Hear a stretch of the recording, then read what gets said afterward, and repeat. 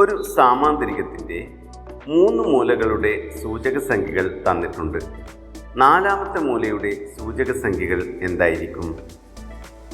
ഈ സാമാന്തരികത്തിൻ്റെ താഴത്തെ വശത്തെ ഇടത് മൂലയിൽ നിന്ന് x അക്ഷത്തിന് സമാന്തരമായും വലതു മൂലയിൽ നിന്ന് y അക്ഷത്തിന് സമാന്തരമായും വരകൾ വരച്ചാൽ ഇതുപോലെ ഒരു മട്ടത്രികോണം ലഭിക്കുമല്ലോ. ഈ മട്ടത്രികോണത്തിൻ്റെ ഈ മൂലയുടെ സൂചക സംഖ്യകൾ 6, 2 ആയിരിക്കുമല്ലോ. ഈ മട്ടത്രികോണത്തിൻ്റെ വശങ്ങളുടെ നീളങ്ങളോ അത് 3ഉം 1ഉം ആയിരിക്കുമല്ലോ. ഇതുപോലെ മുകളിലത്തെ വശത്തെ ഇടതു മൂലയിൽ നിന്നും വലതു മൂലയിൽ നിന്നും അക്ഷങ്ങൾക്ക് സമാന്തരമായി വരകൾ വരച്ചാൽ ഇതുപോലെ ഒരു മട്ടത്രികോണം ലഭിക്കുമല്ലോ. ഈ 2 വശങ്ങൾ സാമാന്തരികത്തിൻ്റെ എതിർവശങ്ങളാണല്ലോ. അതിനാൽ അവ തുല്യമായിരിക്കുമല്ലോ.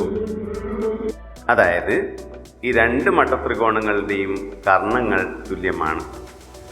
ഈ 2 വരകൾ സമാന്തര വരകളാണല്ലോ. അവയെ ഈ വര മുറിക്കുമ്പോഴുണ്ടാകുന്ന 2 ചെറിയ കോണുകളാണ് ഇവ രണ്ടും. അതിനാൽ അവ തുല്യമായിരിക്കുമല്ലോ. ഇതേ വര സമാന്തരികത്തിൻ്റെ മുകളിലെയും താഴെയുമുള്ള സമാന്തര വരകളെ മുറിച്ചു കടക്കുമ്പോഴുള്ള 2 ചെറിയ കോണുകളാണ് ചുവന്ന നിറത്തിൽ നൽകിയിരിക്കുന്നത്. അതിനാൽ അവ രണ്ടും തുല്യമായിരിക്കുമല്ലോ.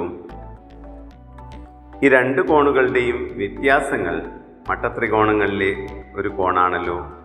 നീല നിറത്തിൽ നൽകിയ കോണുകൾ തുല്യമാണ്, ചുവന്ന നിറത്തിൽ നൽകിയ കോണുകളും തുല്യമാണ്. അതിനാൽ അവയുടെ വ്യത്യാസങ്ങളും തുല്യമായിരിക്കുമല്ലോ.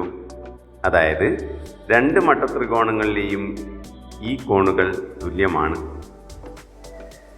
ഈ കോണുകൾ മട്ടകോണുകളാണല്ലോ. അതിനാൽ 2 ത്രികോണങ്ങളിലെയും 3ാമത്തെ കോണുകളും തുല്യമായിരിക്കുമല്ലോ.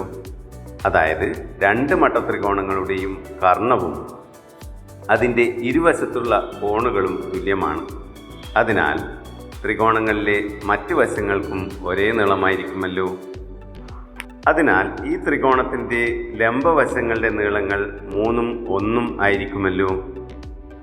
അപ്പോൾ സാമാന്തരികത്തിൻ്റെ 4ാമത്തെ മൂലയുടെ സൂചക സംഖ്യകൾ 7, 6 ആണെന്ന് കാണാമല്ലോ.